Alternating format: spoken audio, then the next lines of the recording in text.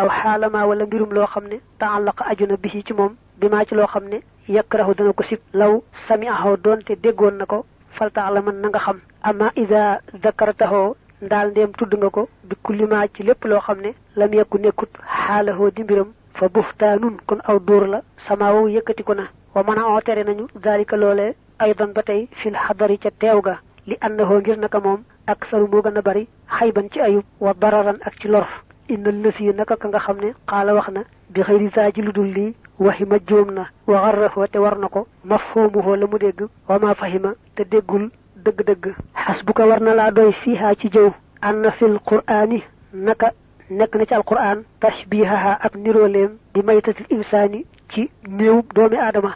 mu ne boo delloo ci alqur'aan ba mu ko aayee ne wala yaxtab baadukum baadan da caa teg ne a yuhibbu ahadukum an yakula laxma axiihi mayitan ndax kenn ci yéen bëgg na mbokkam faatu mu tiim ko di lekk aw yàppam wa qaala waxoon na xayrul ambiyaa yi ngën ji yonante yi takarruran ci ak baamu li nuxbati nisaa yi ñeel tànneefu jigéen ña ne ko xii ii luujul te jéem a wàccu xii ii wàccul maanaam luujul rek te jéem a wàccu lamma xaalat ba mu waxee li mar ati ñeel jigéen atat xaa joj dikkal na ko ni haadi jile jigéen tawilun aji gudd la daylu xaa mbicc ci mbalaanam mi fa xaa at te mu wàccu fa saqatat terot mudxatu laxmin dogu yàpp fa xalafate mu giñ moom yonante bi salla yal na dolli tedd nga ala yi ci moom allahu yàlla maa xaasa li fekk làq na sharafan tedd nga bi ànd xaa ci naka dog woowu law xadamat doonte reesoon na laa budda mënta ñàkk min du xooli xaa ci ak duggam annaara sawara idal mawtu ndem faatu ga yaa innu dana gaar mi dana feeñ